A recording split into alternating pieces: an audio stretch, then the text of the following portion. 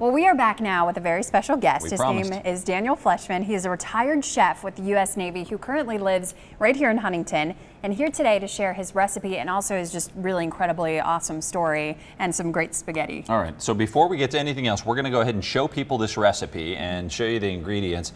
This is what goes into it. Here are the ingredients. We're talking about ground beef, onions, garlic, sugar, salt, pepper, oregano, thyme, basil, bay leaves, crushed tomatoes, tomato paste, water, and of course we have the spaghettis, the cooked spaghetti. And can't thank you enough for being here. Yeah. If you want the recipe, we're going to make that available online. And this is just the smells that are in the studio. As soon as you walk in the door, you can smell it. Is this what it was like on the ships that you served? This is what it was like. The goal is to feed numerous amount of people and still keep the quality of the food there. Yeah. When you're feeding on an aircraft carrier with 3 kitchens in operation, it's basically hard to maintain that quality level. Absolutely. So the smaller commands at sea, you reduce the numbers of personnel, which increases the quality of the food. And how many women and men are on board these vessels? An aircraft carrier is, with the air wing, typically split is about 5,000 to 6,000 people.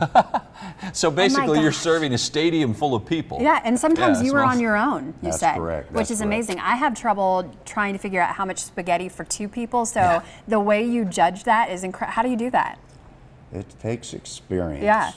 Let me ask you, did you have some mistakes early on that you thought, and all of a sudden you had like 1,000 people who were lined up and they were like, I got nothing. I mean, did that happen, or? That's happened several times, but what do you only do? once or twice in my reign. They look at you really That's hungry, like you better come up with something fast. You have to really have a backup plan, Yeah. a plan B. Yeah. Especially when you're feeding more than 100 people, you have to have a plan B all the time. And it has to be good, because that's the thing about it, is a has lot to of be people good. think, oh, it's just institutional food, it's not really going to be that good. But you have people who you know, our country depends on these folks. Right. And men and women are coming to you who are very hungry and they want something that tastes good.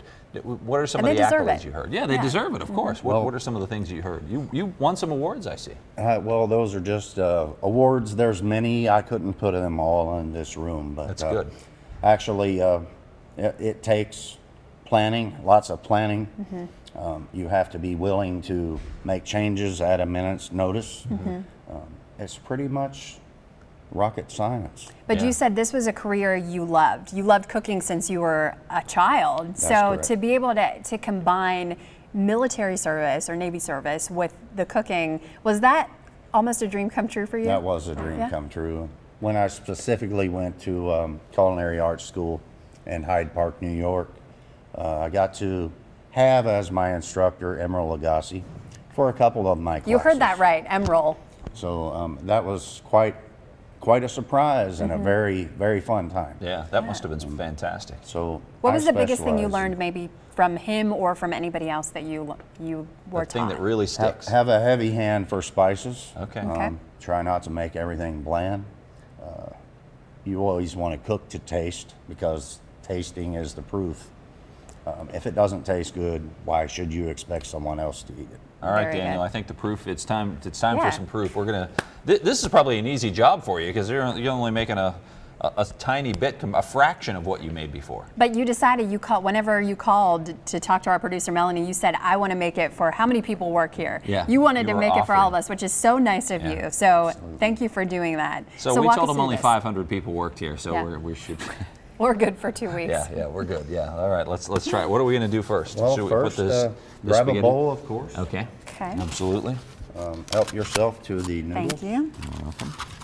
I didn't eat lunch today, so I came prepared. Oh, see, smart, very smart. I ate, but it still won't be a problem. I think we all know that by now. We do. I'll start with this. I'm probably going to come back. We'll do the sauce here. Your pasta isn't sticking together, I notice, not at all. And you have a huge pot of it. What's the secret Yeah. there? When you boil pasta, you have to add some sort of olive oil to the water. Okay. To the water. If you add olive oil to the water and a little bit of salt, that lessens the fact that it will not stick together. I see, okay. And when you cook pasta, you typically want to shock it when you're done, which means run cold water over it, put ice over it, stop the cooking process. Okay. Okay. So help yourself to the Parmesan cheese. Do you want to get a nice shot in here of this bowl that I have here, Dalton? This almost looks like chili. It looks like it's going to be Like Cincinnati very five-way chili. substantial. Yeah, that's what I was. But I'll tell you what. We're gonna have that little Parmesan. We have that. Okay. Can't wait. You can definitely smell all Usually the I get the spices first too. bite, but- No, I'm going to take it. Yeah. You go right ahead. Oh, this is great. I see the bay leaf is still in there, adding that flavor. Oh, Daniel, this looks fantastic. This is a meal fit for a king or queen right here. I see Rob gonna Siri enjoy from this. upstairs. He made his way down here. Apparently it's spreading. The smell that is. The scent, the delicious scent. Now imagine doing this for 5,000 people. Can't. And keeping no, we the can't. quality of the taste there. That's the thing, is like at a certain point you'd think that would run out, but did you make it big batch or did you make them in smaller batches? Was it We a made multiple? one batch. One batch, okay. One batch. Do you Oh, miss it? that's- Do you miss I do cooking miss for all those it. It's people? a passion. I do some catering on the side. And when did you retire, did you say? I retired in 2006. And started in 87, so that's Started quite a in career. 87. Yeah. Absolutely. So you said you do some catering. I do if people some are watching right catering now, on the side. If anyone is interested in that, then they can always email me at masterchef1968@aol.com. awesome. And we want to just point out again, we know people are going to want this recipe because I can They will.